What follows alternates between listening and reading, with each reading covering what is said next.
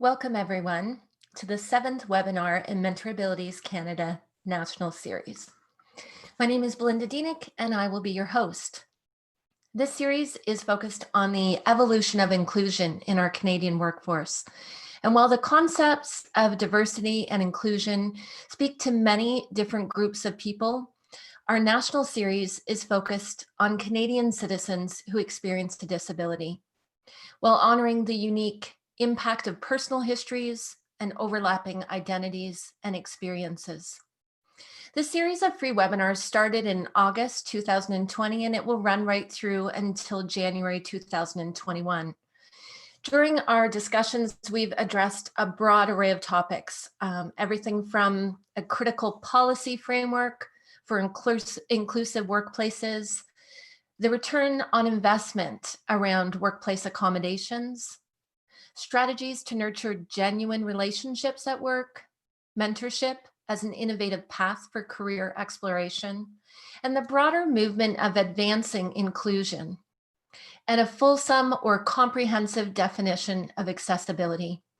If you've missed out on any of the webinars, please reach out to me at belinda@supportedemployment.ca, and that link has been provided in the chat box.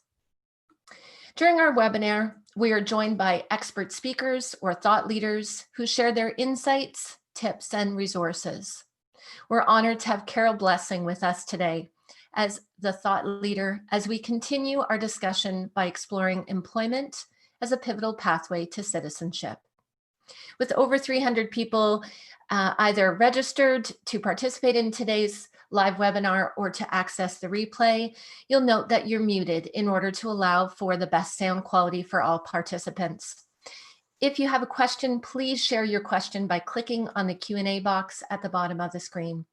We have set aside time to answer your questions, or as many as possible, later in the webinar. However, you're most welcome to add them at any point during the presentation. Please watch the chat box as well, as we sometimes share important links with you. Following this presentation, you'll receive an email with a copy of the PowerPoint, an article that Carol wrote called Working on Purpose, a link to a really important course that Carol teaches at Cornell University, and any links that we shared in the chat box, along with a link to the replay, should you wish to listen to the presentation again. Thanks is extended to Jeanette for providing ASL interpretation today, Heidi, who's working on providing closed captioning, Kenny, our tech wizard extraordinaire, and special thanks is also extended to Carol Blessing, our guest speaker today. The organization known as CASE is hosting today's event. CASE stands for the Canadian Association for Supported Employment, and we're pleased to be celebrating our 25th anniversary this year. For those of you not familiar with us, CASE is a national network focused on supporting member organizations to increase employment inclusion for citizens who experience a disability. MentorAbility is also largely responsible for this series of webinars, and it falls under the CASE umbrella. MentorAbility is a national initiative focused on enhancing the economic and social well-being of people experiencing disability by increasing access to mentoring opportunities and labor market integration. We're particularly passionate at MentorAbility about supporting employers to increase their knowledge around inclusive workforces. I'm pleased to take a moment to introduce you to Carol Blessing, our keynote speaker today. Carol is a faculty at Cornell University's Yang Tan Institute on Employment and Disability. Carol brings a wealth of experience with over 30 plus years working in disability services, leading system impact projects to support the full inclusion of people who experience disability in community life.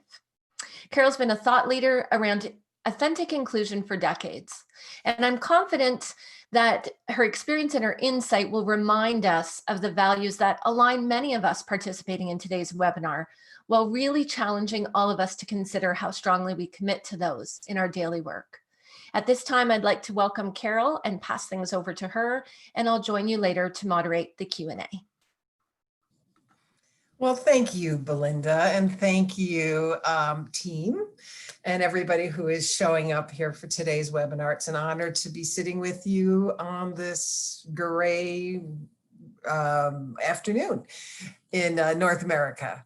I want to just spend a minute talking about this concept of citizen. Hey, because I know we're here to talk about employment. But I want to overlay this construct of citizenship first. And it is something that I spent a lot of time, long hours thinking about before ever launching a course I call Citizen-Centered Leadership. And the construct of citizenship for all of us is critically important. If we think about it in terms of our local communities, our society, and contributions. And so many years ago now, about 9 years ago, after leaving the field where I provided supported employment management programs, where I was a manager of supported employment programs, where I provided direct support in helping people find and keep jobs, where I worked with students in transition from move from school life to adult life. Employment has always been a cornerstone in what I believe is critical in people's success as citizens in our countries, across the globe. When I came to Cornell in 20 years ago now, I began working with several different grant-funded projects, all that were dedicated to inclusion and employment, and what I love, which is person-centered work, really focusing on an individual's interests and skills. And it's an area that I have a lot of passion and energy around, right? But as I was moving through my work with Cornell and facilitating and leading these different projects that were mostly statewide, I wondered about something. For years, for decades, organizations like ours, right, like yours, had been trained in concepts of inclusion and individual focus, individual design, person-centered work, really best practices in employment. I'm thinking that this has been going on for decades. So as I looked around my own community and as I looked around the communities across the states, I wondered that if after all of these years of really good thought leadership around what it means to be, inclusive in our communities, that supporting people with disabilities to have valued social roles, why is it that I'm not seeing people in more numbers, right, in typical community life, in typical settings? Where am I seeing people in terms of employment? Where are they showing up and how are they showing up? And how are they being identified by others, particularly people outside of the disability community? How are people with disabilities known by others? And after, really exploring and asking those questions, I really had to come to the conclusion that after all of the years and all of our training, at least from my perspective and from my vantage point in terms of being in New York State and working statewide and national contracts, I really wasn't seeing much shift in where people with disabilities, especially as it related to employment, were showing up in everyday life as typical citizens, as contributing members of society. So it caused me pause, right? So I was like, what is up with that? How could that be? And I began to ask a series of questions and record responses from other thought leaders in the field, people who really have written the book on community-based development, inclusion, and person-centered planning. And that's the basis that citizen-centered leadership, the course and the book, have really been built on. That's the framework. And it's become really my life's work, right? So it's not a credit-bearing course. It's actually an experience. And everything that we're going to talk about today is drawn from what I've been learning from people in the States, people from Canada, people from all over the world in a context of how are we viewing people as employees when we think about them from a different lens, when we think about people through a different lens. So I want to invite you to kind of humor me, if you will, and begin to think about from your own perspective, from your own perception, from whatever your role is, whether you're a provider or an employer, you're providing direct support, or you're a person who might receive these services or family members. Think about the expectation of employment that you hold for people with disabilities, particularly people with significant disabilities, as we look at this.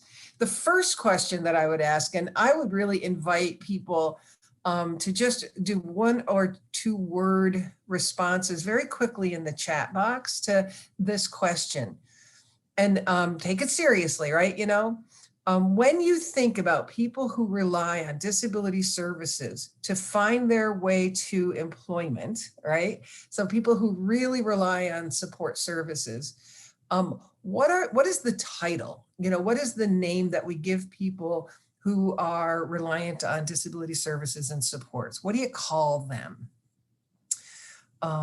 You know, how are they referenced in your meetings, and how are they referenced when you're writing grants, and how are they referenced when you're thinking about hiring somebody with a disability? What is the word or words that are used to describe the people with disabilities that you are supporting? And I'll give you a hint. In the United States, primarily, most you know, wherever I've been, most people are being called or referenced as consumers. Supported people. Thank you, Corey. Keep going. Yeah, people in our service, job seekers, clients or consumers. Thank you. Yeah, great. Job seekers, clients, participants. Perfect. Thank you, clients. So there's a lot of similarity. Participants, clients. Yep. So all that makes sense. So that's good to know that, you know, individuals. Good. Thanks, Amy. Clients. Thanks, Lisa. Yeah, and I know there's a lot of us in the room, over 100 people, so I know that we're not going to get through all of those, but you're seeing the theme, right? So this is where, yeah, clients, job seekers, participants, individuals. And so this is the challenge for us, I think. And it's the one that has really just set me on this path. When we think of people, outside of how we might think of our own selves, I feel that we run into a barrier for inclusion. And so if you look at the screen, this is a photograph of a beautiful lupine. I think it was taken, in my mother-in-law's garden, right? You know, my daughter is a photographer. And so I love the image, and it's one that's become very central to our work in CCLD, or Citizen-Centered Leadership, because it's a bee, right? You know, and the bee is like buzzing that lupine, and it's doing what bees do. And the quote is from a friend of mine, a man named Mike Green, who is well acquainted with asset-based community development, or the work of John McKnight. And Mike has quoted in one of the responses to my interview questions, right? I was like, how do you know when you're a citizen, Mike? What's a citizen? And he responded that you're a citizen where you're defined by what you contribute and not by what you consume. And so if you think for just a second, let that rest. You're defined by what you contribute, not by what you consume. Right out of the shooting match, right? You know, we're thinking about people that we support in a way that creates possibly an us and them sort of scenario. What does it mean to consume? What does it mean to consume? Somebody quick.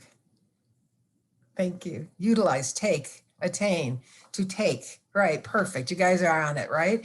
And then, and you know, like consume is to take, or to eat, to use up. Absolutely. Thank you, Brent. So yeah, you guys are with me. So you get that. So automatically, when we think about employment in a context of citizenship, if we're thinking about people through the lens of disability, right? And that's what we've been trained and raised up and, educated to think about is disability.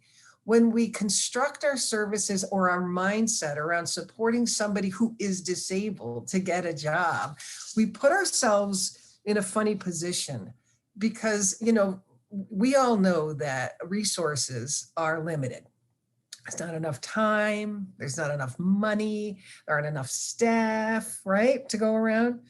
And if we're looking through how do we use our very limited, very finite resources for the good of the order, right? For as many people as we possibly can, as many consumers or clients as we possibly can, how will we best use those resources? And when we use a construct of disability and the idea of limited resources, we're almost required to address the disability, right? We're almost forced through this idea that says, well, we got to deal with that disability. And when we're going to deal with the disability and thinking about work, it might look something like, and again, I don't know any of you in the room except for Belinda, right? I don't know anybody. So, hopefully, we're relating. If not, I apologize, right? But when we're thinking about using limited resources through the lens of disability and how do we use our money and our time and our talent wisely, we begin to think of programs and services that address the disability. So they might be getting ready to go to work programs, right? They might be soft skills training programs, or they might be, working with a few people who all say they want the same thing and we'll take, a group of people on out and such. And we begin to say, how do we get the biggest bang for our buck and attend to the disability? And so sometimes that may actually drive the design of the services and the structures that we are engaging people with disabilities in utilizing for their, on their way to employment. But if we flip that lens, because, away from the idea of consumer, patient, client, even participant, right? Because there's a relationship that's implied in all of those words, right? What if we shift the lens and say the context is citizenship? How do you know you're a citizen? What defines you and your citizenship? My friend John O'Brien, my friend and teacher John O'Brien, one of the most important thought leaders in the world of person-centered planning and inclusion, says in the interview that in response to the interview question that I asked him, he says, I know I'm a citizen when I say I belong to this place and its people, and I'm willing I'm willing and able to act from my responsibility for my belonging. I'll do that again. John O'Brien says, the context of citizenship says, I belong to this place and its people, and I'm willing and able to act from a responsibility of my belonging. So there's a sense of bigger than me. There's a sense of we, right? This isn't just about me and what I want. There's a much wider, much broader sense of we, right? Beth Mount, another incredible thought leader in the field of person-centered work and inclusion, actually set the context for CCLD, for my course, by responding to that question in this way. She says there are 3 ideals of citizenship. And the first is everyone is born with gifts and capacities. No one is left out of that. Everyone is equally entitled to reach for their higher purpose. The second principle or ideal, she said, is, and because of that, everyone has the right to an equal opportunity to do so, to reach for that higher purpose.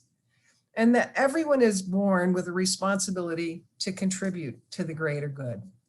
And I get particularly attracted to the second ideal, that everyone has a right to equal opportunities, equal access to the same opportunity. So when we're thinking about employment and we're thinking about supports, right? How you get a job, I have gotten a job, right? You know, it may look very, very different than how services might be constructed in supporting job attainment for people with disabilities. And hopefully this makes a little bit of sense. It's the equal access to opportunity. And remember when I started, I said I grew up in the field. I spent a lot of time working with people with disabilities and their families and helping them find their way to community through employment. And we use very traditional ways for doing that in the beginning, back in the day, right? You know, so people would go through pre-vocational training. Then there would be this work readiness. And there was sort of this continuum that said, once you achieved a certain standard, you could move to the next. And then we discovered supported employment. So that's a big component in citizen-centered leadership, the course that we teach. But then we advanced our ideas of supported employment to customized employment, because we recognize that in customizing our approach to the person, we become a lot closer. We get a lot closer to really looking at those ideals that Beth Mount just talked about, you know, right, that I just shared with you. Just a couple of key takeaways: that when we look through the lens of disability, we actually accidentally, I think, create the conditions that lead to consumerism, clients, and patients. And I trust 100% that there's no one in the room, you wouldn't be in this webinar, you know, in this series, if we were saying, well, what we really want to do is make sure that people are kind of staying out of employment, right? That our services are sort of keeping people where they are. I trust that the idea of inclusion, which is framing up this whole series, you know, is what you're about, you know, so that when we see people through the lens of citizenship, it raises the expectation that people contribute to the good of society, right? And it's a very subtle but a very critical difference to go, this is not a consumer of services. This is a person who has something to contribute as a member of society, as a citizen, just like you and just like me. And the last part of the takeaway is there isn't anyone that I've met in my life that hasn't said that, you know, that work isn't important. It tends to be an expectation of any of us who are considered citizens, right? You know, that from the time we're in school, you know, the goal is to get through school so you can get a job. It's a critical, I think, factor, right? This is a picture that I actually took last year in New York City. We were headed to a museum, and it just happened to be, you know, tagging really on somebody's wall. And it's a painting of Maya Angelou, and, you know, her quote, "Nothing will work unless you do." And although she was not necessarily thinking about me putting it into the context of an employment conversation, I love it, because if you look at underneath the words, if you Google Maya and this quote, you know, you'll learn that what she's talking about is that nothing's gonna come your way without taking any action.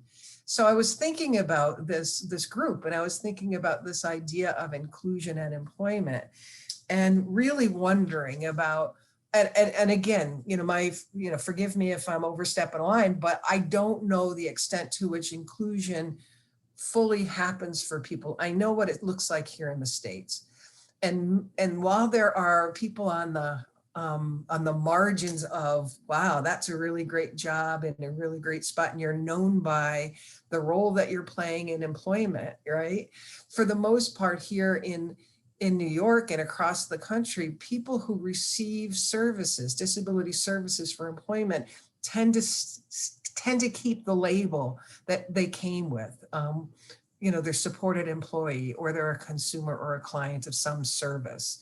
And that's not the same as full inclusion, in my opinion. And so that's just my opinion, and you don't have to accept it. But I think it's critical that what Maya is talking about is, you know, she says, if you want something, you kind of go after it. And I think about all of the roles of the people in this webinar, you know, from providers to parents to self-advocates, you know, to provider, to employment specialists, to folks who are doing that. And I think, how does inclusion and this idea of citizenship, this construct of belonging and this construct of contribution, you know, and equal access. How does it play out in marketing? How does it play out in the job search? How does it play out in program models that support people to employment? What about the training models that are provided to support people to learn jobs? And most importantly, what are our expectations? And which of the lens really holds those expectations? So just kind of some food for thought in terms of inclusion and the construct of work and the intersection that there is. So for example, back to my own life, when I was working in as a manager and providing employment programming, you know, the idea of having a job coach, right, be on the site with that person, you know, for the maximum amount of time, so that it kind of it took away the concern of the employer, that we were right there, you know, to support that person, to teach them how to do the job. If the employer had any questions or any issues, they could come to us, they could come to me, you know, and I could support them in navigating those questions while I was supporting the employee to learn the job. You know, so it was a very traditional, initially in my work, it was a very traditional approach to supported employment. I think about that intersection now and you know, many years later, and I know we moved to customized employment, but when I think about the intersection of what training design or training support design, today I would do it so very differently. Using the lens of citizenship, that construct of equal access, the idea of you know, full inclusion. I'm certain that I wouldn't use the same model that I used in the past. In our society, everywhere I go across the world, right? This is almost the first question. Hello, my name is, right? Hey, who are you? Hi, I'm Carol. You know, who are you? What do you do? And it's the what do you do question that I think is really the resounding call for inclusion, call for citizenship as a context, right? Because it's here that that how this question gets answered absolutely gets heard from the listener, and some decisions are made about the person, right? If you're following me, right? So, you know,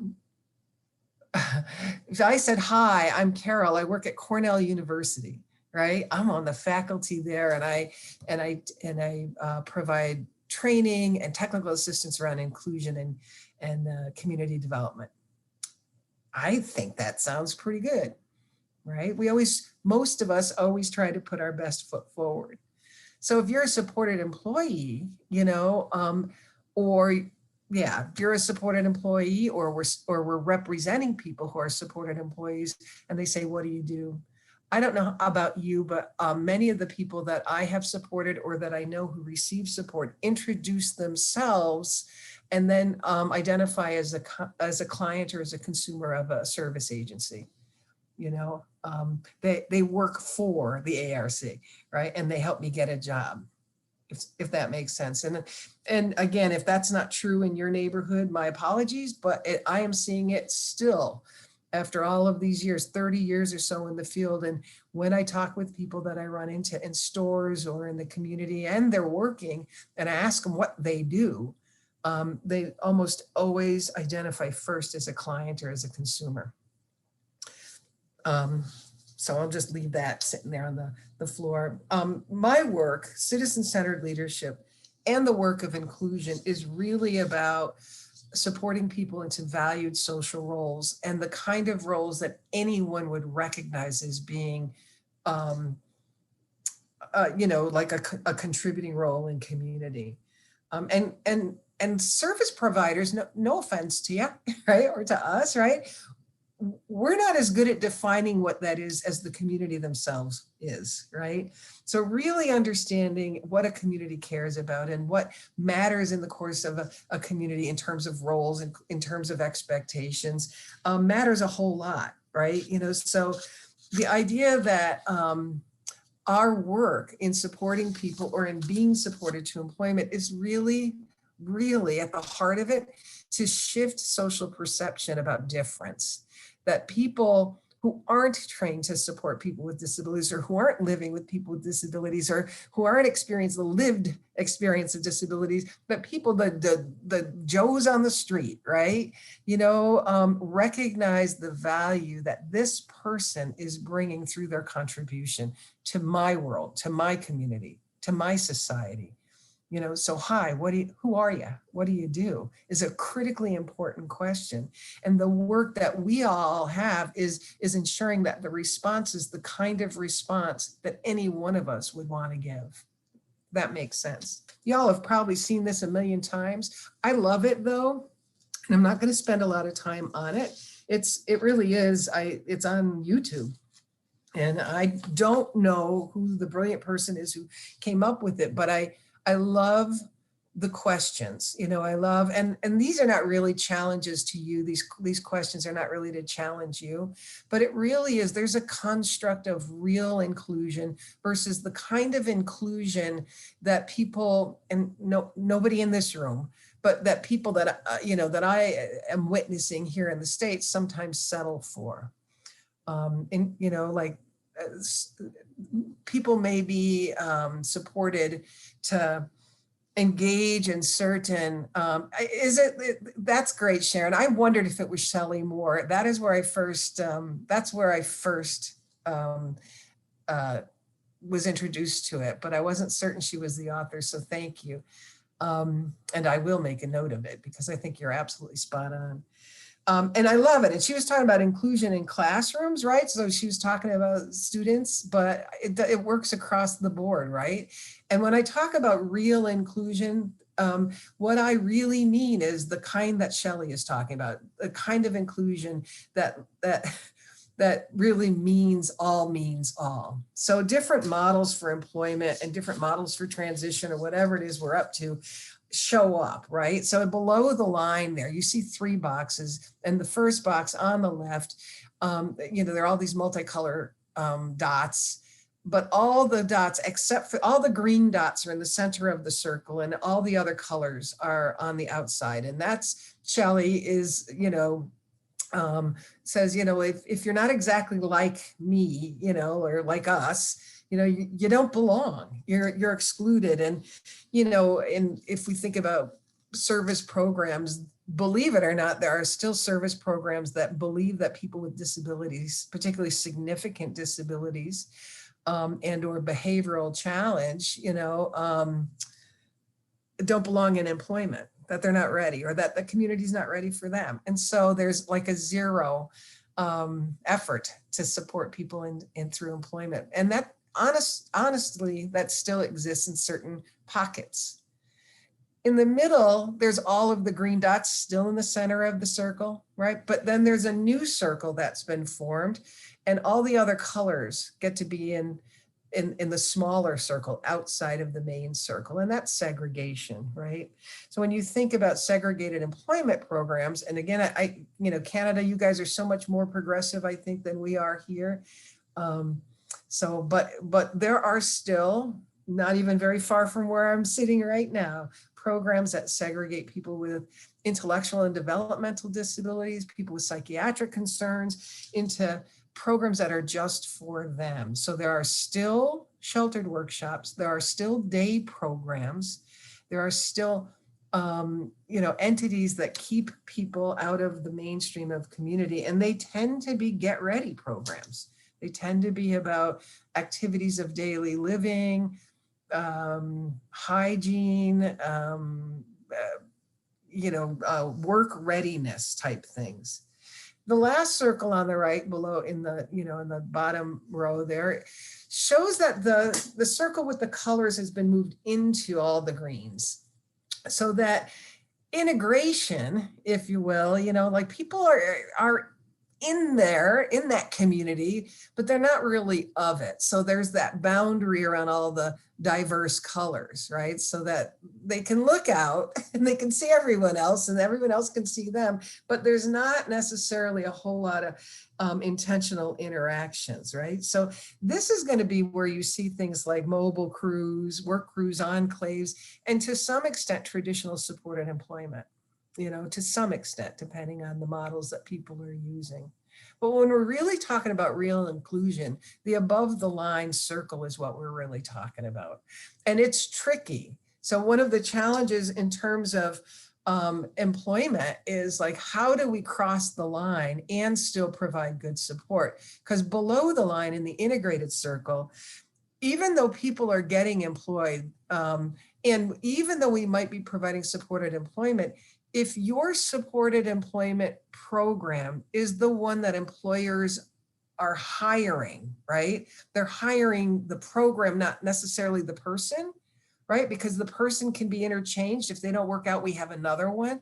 You're working with me and our reputation, right? So we're the ones, you know, that you have actually the relationship with and the negotiation with. That's what will keep a supported employment program in the integrated model, not the inclusion model. And I think that's a really important distinction. And it gets very tricky to figure out how in the world do we support people to employment and have that happen without taking ownership and full control of all the negotiations and all of the jobs, right? So if that makes some sense. Companies that have reached real levels of that, that's a great question. And I'm not prepared off the top of my head to give that to you.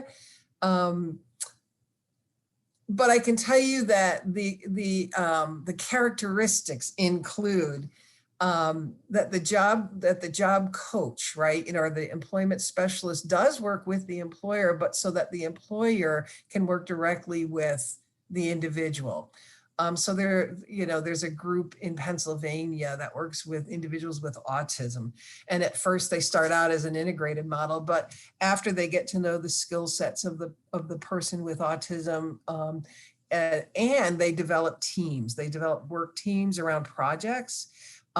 People get matched up to work teams based on skills and talents. So that whole, there is no, it isn't about disability and it isn't about having those extra supports. The supports are provided to the work team by the employment specialist, not to the person themselves. So that the distinction isn't, this is how I will train you to do your job, or I speak fluent whatever this person speaks, right? That I'm the only one who can communicate with this person. Well, don't you worry.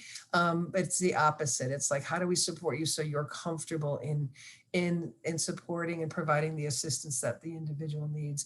But unfortunately, I don't have a list of companies who have done that. I actually think they're not as, me too, Lise, me too, because that's exactly what I was going to say, is I think they're far and few between.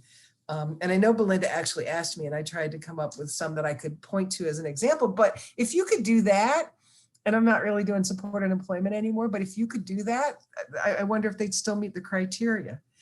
The main difference, and this is how you'd be able to know, is that the program isn't being hired. So it was, you know, Lisa's question is really great. Is the person being hired, or is the program? Is ultimately XYZ agency the ultimate responsible one in this negotiation, or is actually the person? And how are we supporting the person and the employer, but they have the relationship? The job match, and all of that goes with it is something that's going on with them. And we take a secondary role, a back role, you know, if you will. So I just, you know, I put out these takeaways just because, you know, I'm a talker. And so I know these are going to be made available to you after the webinar. So just a reminder that the more people are connected to coworkers on a regular basis without the intermediary of you know, if we're a job coach, we're really kind of an imposition, you know, and I mean that, you know, with all due respect, but we're sort of in the way.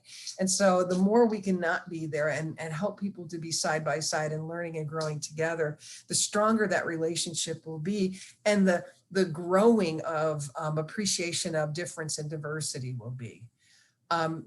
high quality connections play an important role, so that, when in helping people to expand their network, and also opens up more opportunities for greater inclusiveness in job opportunities.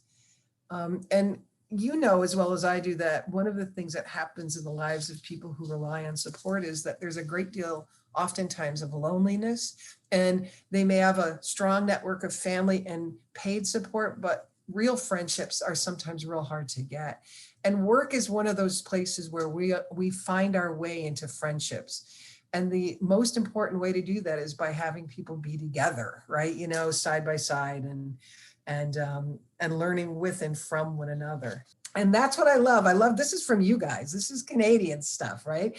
Adrienne Clarkson, in her book on belonging, I think I just underscore so much, highlight so much in this book. And I brought it in here because of her discussion of widening the circle. And I see employment as one of the pivotal ways of widening the circle to citizenship. What do you do, right? It doesn't work unless we do. The expectation of employment, all of those pieces. And Clarkson says that, as part of the circle, we belong to the same ring of being. We take our place and let others do the same. The ecology of human relationships is mutual dependence. So when you think back to Beth Mount, equal access to opportunity. Everyone has a right to reach for their higher purpose, and everyone has a responsibility to give back. One of the things that gets in the way, I think, of true inclusion in the workplace, in our supporting people to community membership through employment, is that we feel, or we think, or we substitute in this idea that people need to be independent. They need to be able to do things by themselves before they're ready for work, or they won't be accepted, or they won't be able to succeed. And I would really like to challenge that notion and say it's interdependence that creates the strongest and the best workplaces and work culture. People don't need to be dependent. We need to recognize our mutual dependence and our shared humanity. Employment is the cornerstone of contribution and belonging, especially when we come at it through the lens of inclusion. My key takeaway, last slide, says belonging is a necessary link. There we go, between an individual and society, and through employment, it's quite likely that we can support people not only to become gainfully employed in meaningful work that reflects their highest purpose, right? And by providing equal access to the same opportunities anybody else has to discover and explore, and then engage in employment so they can make their contribution and fulfill the responsibility of giving back. There is a danger in believing that people need to be independent before they can work. That whole idea of mutual dependency is critical. How do we build in sharing?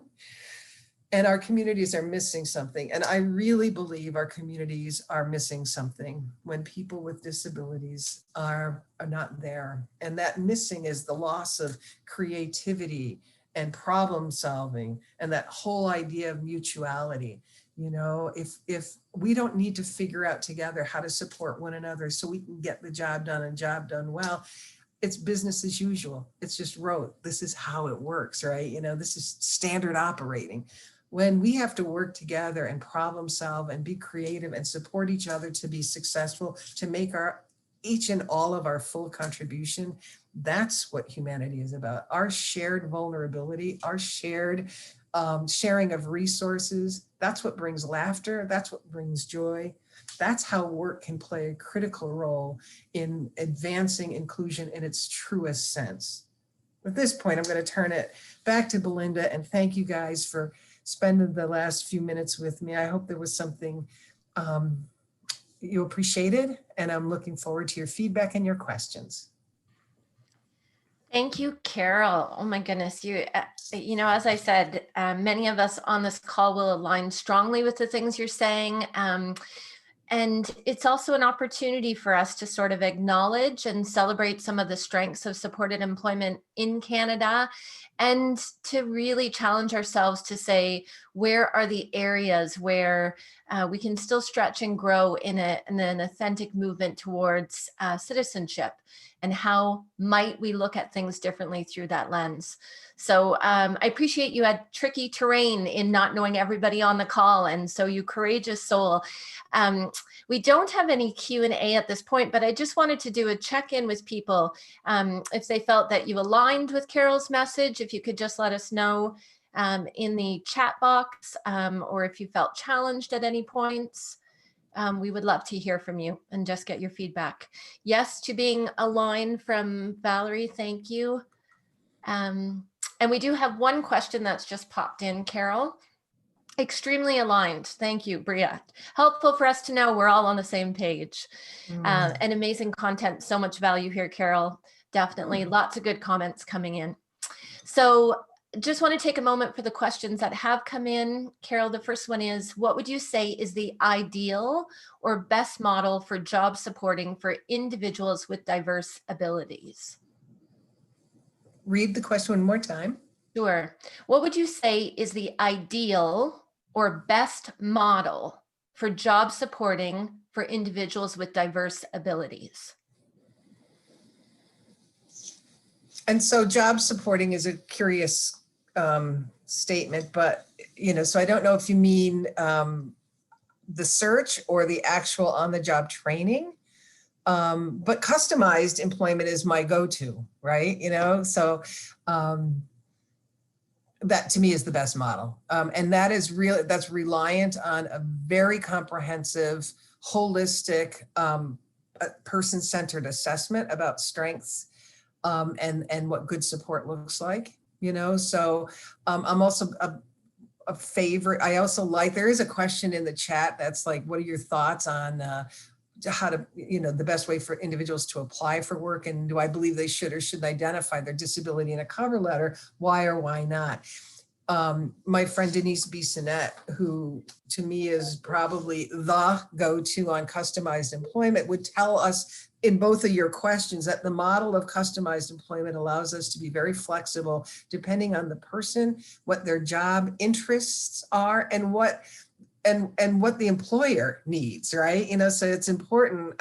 I was very one-sided as an employment provider, in that I would work with the person probably from a really great spot, like, who are you and what are your gifts and your talents? But I had to learn that I need to be as person-centered about the community, right? Like, so what's out there in the community, and who is this employer, and how do I know my community? So the idea of marrying community building, asset-based community development, and abundant community ideology with that kind of customized approach is critical. And the whole thing about cover letters, Denise would tell us, and she does in our course, that when people with distinct difference that are subject to discrimination and stigma are applying for the same job in the same way as everyone else, the likelihood is their stuff is going to go at the bottom of the pile. And she really emphasizes the need to build relationships. She emphasizes the need to not only know the person and their skills and their gifts, but to help them to customize better than job carving their employment proposals. It's knowing what the employer needs or the business needs and wants, and how this person can meet that need, recognizing that employers hire for, to increase the bottom line, to improve their reputation, right? Because they need good workers or whatever, knowing full well what the employer needs and wants, and then customizing a person's response to those needs is better than any cover letter on the planet. And you don't have to talk about disability in that regard. Thank you, Carol. I just want to take a moment to acknowledge our supported employment essentials training, because almost everything you just talked about is built into that. And Annette, the president of our board, often is communicating to people, this is community-based work. We cannot be employment specialists from behind a desk. it's imperative that you know your community, and it's all about relationship building. And you just framed some critical things. There was a question, could we please repeat the name of the individual that was referenced? That was Denise Bissonnette. And stay tuned. Denise has had some conversation with myself earlier this year, and we're quite hopeful that she will do our launch into January of 2021.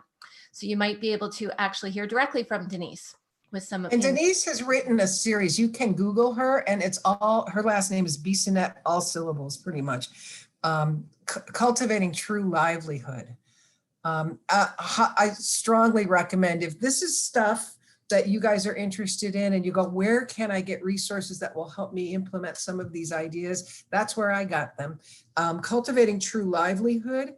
And it's a series, it's workbook series. So there's tools and resources that cover multi-modules that will allow you to really, really sit with job seekers and employers. You know, you'll see there's so many different modules that cover every aspect of the job development, job securing, job supporting, employer supporting kind of, it's fabulous. And employment proposals.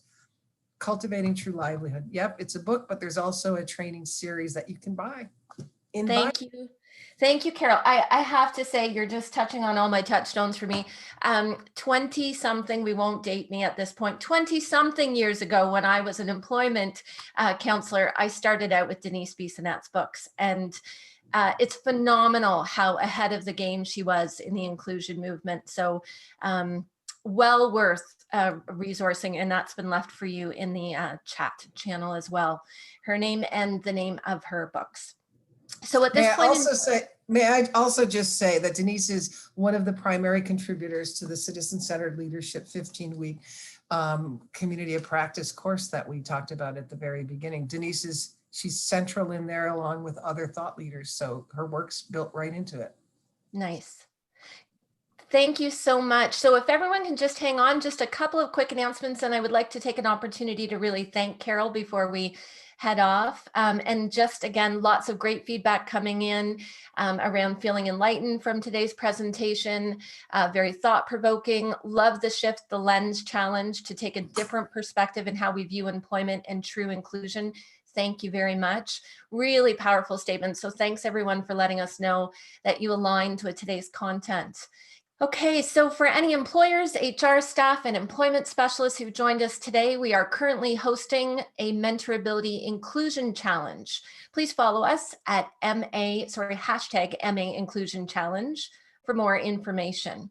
This challenge links employers with lots of free resources, and it helps you build connections to inclusion and diversity specialists in your province. We are also releasing our Inclusive Practices Toolkit. It's chock full of policies and practices that will assist employers in having a core framework of inclusive practices in place. Follow hashtag MA Inclusion Challenge to access this free resource. We are thrilled to announce our first webinar that's being delivered entirely in French. Charles Lapierre will be leading a discussion around invisible disabilities, the current research on best practices and resources for employers in Quebec. Again, you can visit us at supportedemployment.ca/MentorAbility webinar series to register before this coming Saturday. We also have some space left in our November 26th webinar with Anne and David Devine, where they're exploring the impact of unconscious bias and how this really influences us in our work life. David will also be sharing his personal experience. And please visit the link provided on the screen or in the chat box in order to register. Carol, I can't even thank you enough for your time, your passion, and your expertise. I think so many of us aligned with the values and perspectives that you shared today, and you have really invited us to challenge ourselves to see how we can advance in our own journey around inclusion. So thank you for that. On behalf of the MentorAbility Canada team and CASE, Carol Blessing, and myself, thank you so much for joining us today, and we hope to see everyone on November 26th. Thanks all.